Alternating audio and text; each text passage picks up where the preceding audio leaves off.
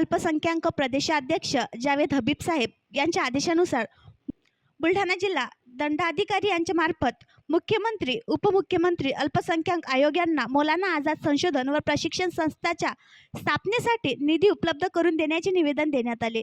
ज्याप्रमाणे कुठल्या ना कुठल्या शैक्षणिक मंडळाची स्थापना करून सर्व समाजाला निधी दिला जातो, मग या निमित्ताने आपण मराठी मुस्लिमांवर अत्याचार का होत आहेत?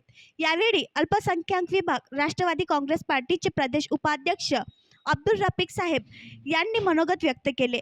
यावेळी जिल्हाध्यक्ष MD साबिर, राष्ट्रवादी काँग्रेस पार्टी अल्पसंख्याक विभाग बुलढाणा जिल्हा कार्याध्यक्ष शेख सलीम शेख फरीद शेख आसिफ, बुलढाणा जिल्हा कार्याध्यक्ष, बुलढाणा शहर अध्यक्ष सत्तारभाई कुरेशी, जळगाव जामोद तालुकाध्यक्ष अजहर पटेल खान, शेगाव तालुकाध्यक्ष शेख हारून सर, शेगाव शहर अध्यक्ष शेख सरफराज, बुलढाणा जिल्हा सरचिटणीस ताहिर कादी, अधिवक्ता मुशरफ साहेब, मोहम्मद वसीम खान, शेगाव तालुका अध्यक्ष शेख हारून सर, पहुर खान, बुलढाणा पांडुभाऊ रामप्रसाद, देवाभाऊ तायडे, समाधानभाऊ गजानन वानखडे, देवकर भाऊ, अल्पसंख्याक विभागाचे कार्यकर्ते व नेते उपस्थित होते।